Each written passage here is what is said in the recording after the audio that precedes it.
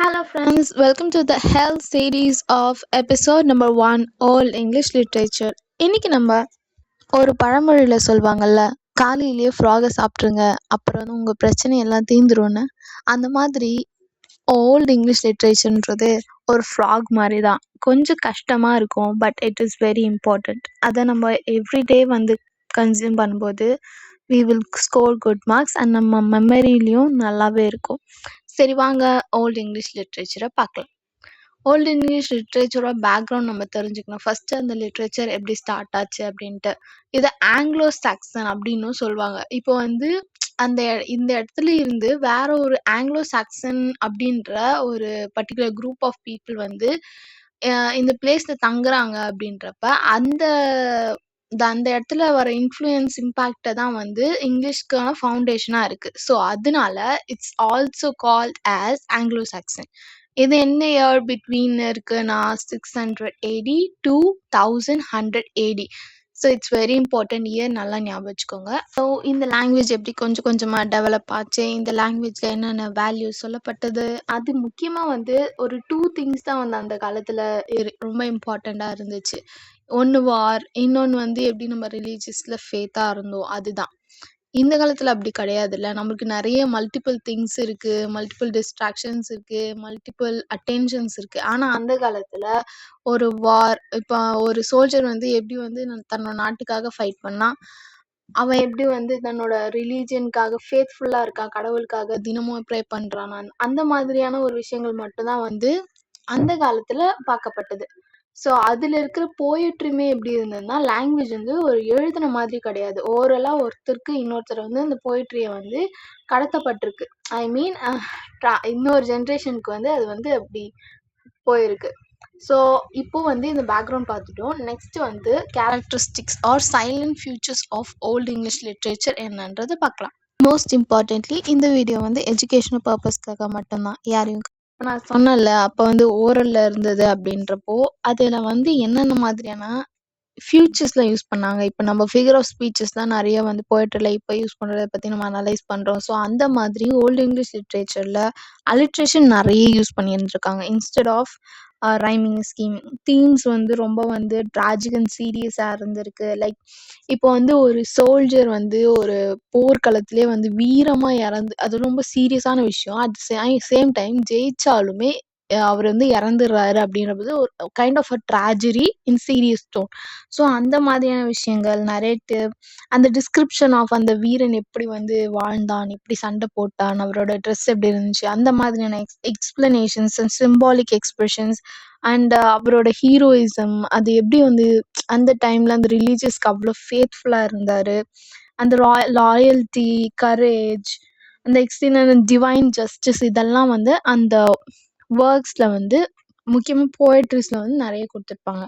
So அதில் ஒரு biggest example தான் வந்து பீவுல்ஃப். இது ஒரு கிரேட் ஹீரோயிக் எபிக்.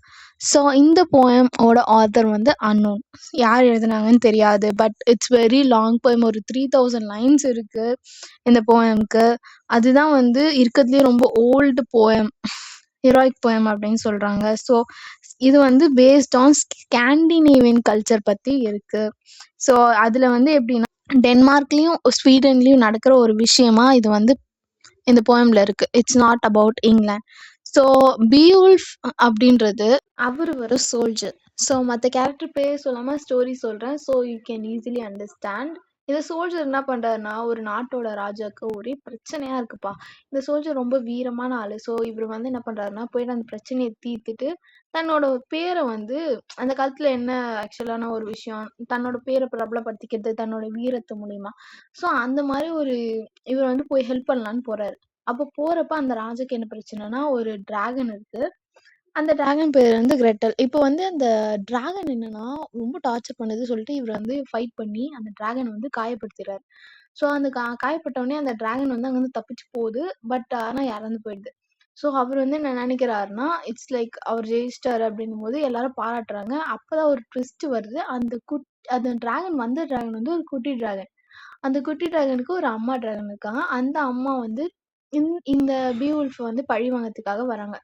ஸோ வரும்போது என்ன ஆகுதுன்னா, செம்மையா ஃபைட் ஆகுது 2 பேருக்கும். ஃபைட் ஆகும்போது அடுத்து ஒரு அண்டர் கிரவுண்ட் வாட்டர்ல வந்து திருப்பி வந்து பீவுல்ஃப் வந்து அம்மா டிராகனையும் போட்டு தள்ளிர்றாரு. ஸோ இப்போ இப்படி ஒரு வீரமான ஆள் வந்து என்ன ஆயிடுறாருன்னா, அந்த இடத்துக்கு திருப்பியும் வந்து அவர் வந்து கிங் ஆகுறாரு. ரொம்ப வருஷம் கழிச்சு அந்த இடத்துக்கு அவர் கிங் ஆகுறாரு. ஆனா என்ன நடக்குது அப்படின்னா, எண்டுல ஒரு டிராகன் வருது.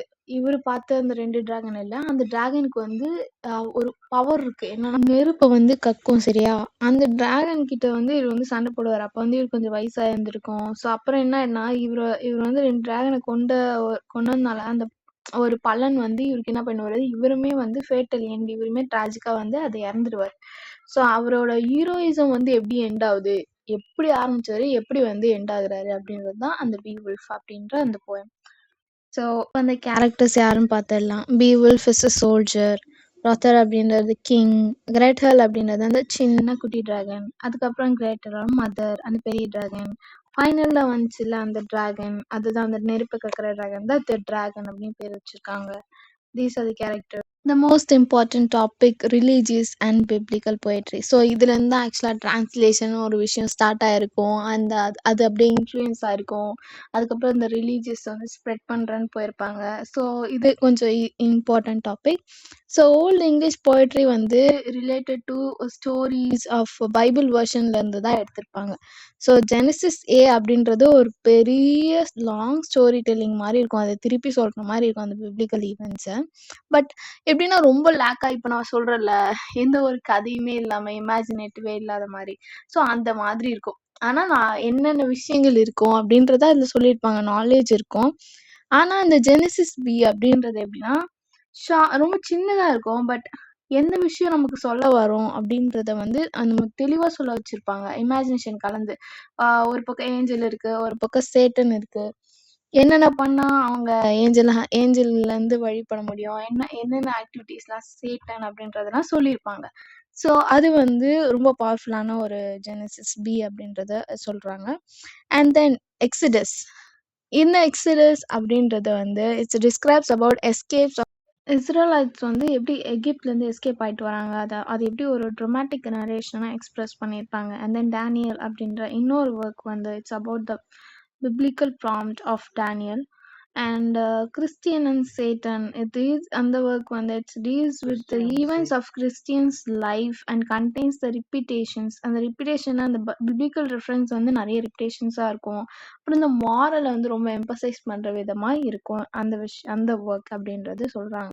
இது வரைக்கும் நீங்கள் இந்த வீடியோ பார்த்துட்டு இருக்கீங்கன்னா கங்க்ராச்சுலேஷன்ஸ். இதுக்கப்புறமா தான் ரொம்ப இம்பார்ட்டன்ட் டாபிக்லாம் வரும். ஸோ நல்லா ஃபோக்கஸ் பண்ணி கேளுங்க. ஸோ முதல்ல வந்து ஏர்லியஸ்ட் போயட் யாருன்னா செட்மன். இவர் வந்து ஒரு டிவைன் இன்ஸ்பிரேஷன்ல தான் வந்து என்ன பண்ணியிருப்பாருன்னா ஒரு கடவுளை வாழ்த்துற மாதிரி போயட்ரிஸை எழுதியிருப்பாரு. இவரோட போயம் வந்து ஒரு லீனியரா இருக்காது, ஃப்ராக்மெண்ட்ஸாக தான் இருக்கும்.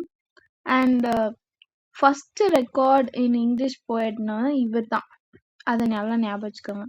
சரி, அப்புறம் வந்து நியூ வுல்ஃப் வந்து இவரோட probable work is Juliana, and most especially his personal reflection வந்து எலீன்ல இருக்கு. And ஸோ நம்ம இப்போ வீடியோட ஹெண்டுக்கு வந்துட்டோம். These are the important poems. So major elegies nothing but அதுவும் ஒரு போயம் தான். பட் தென் இப்போ நம்மளோட லவ்டு ஒன் நோ மோர் அவங்க இல்லை அப்படின்ற போது அப்போ அந்த மாதிரி ஒரு போயம் எழுதுவாங்க. அது ரொம்ப சேடாக இருக்கும் சரியா. அந்த போயம் தான் வந்து எலிஜிஸ்ன்னு சொல்லுவாங்க.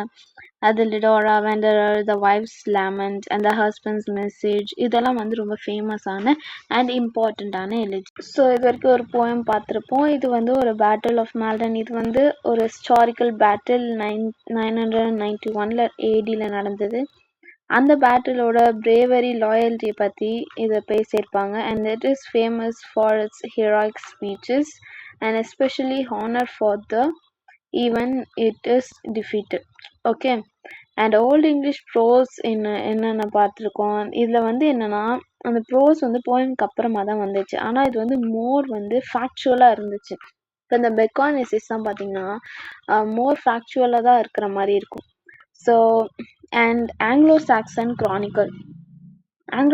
க்ரானிக்கல்ன்றது இஸ் நத்திங் பட் ஒரு கைண்ட் ஆஃப் டேட்டா பேஸ் மாதிரி வச்சுக்கலாம்.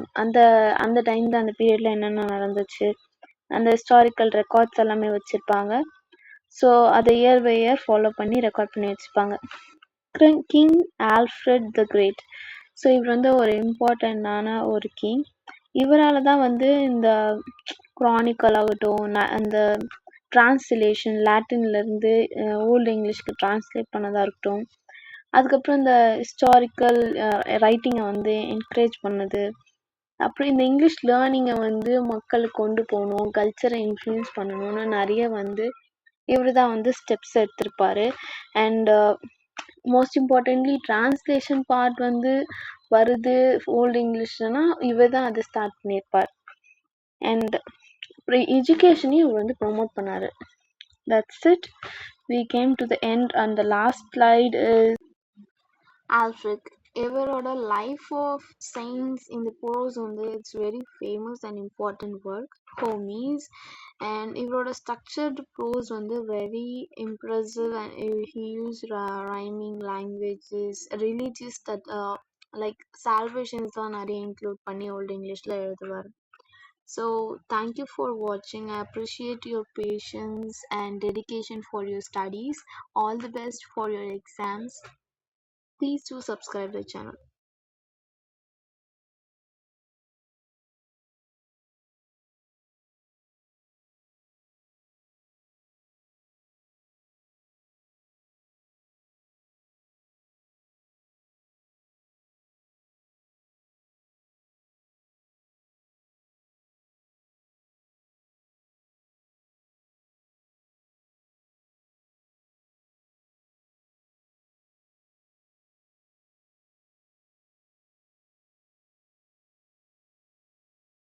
And Major Elizabeth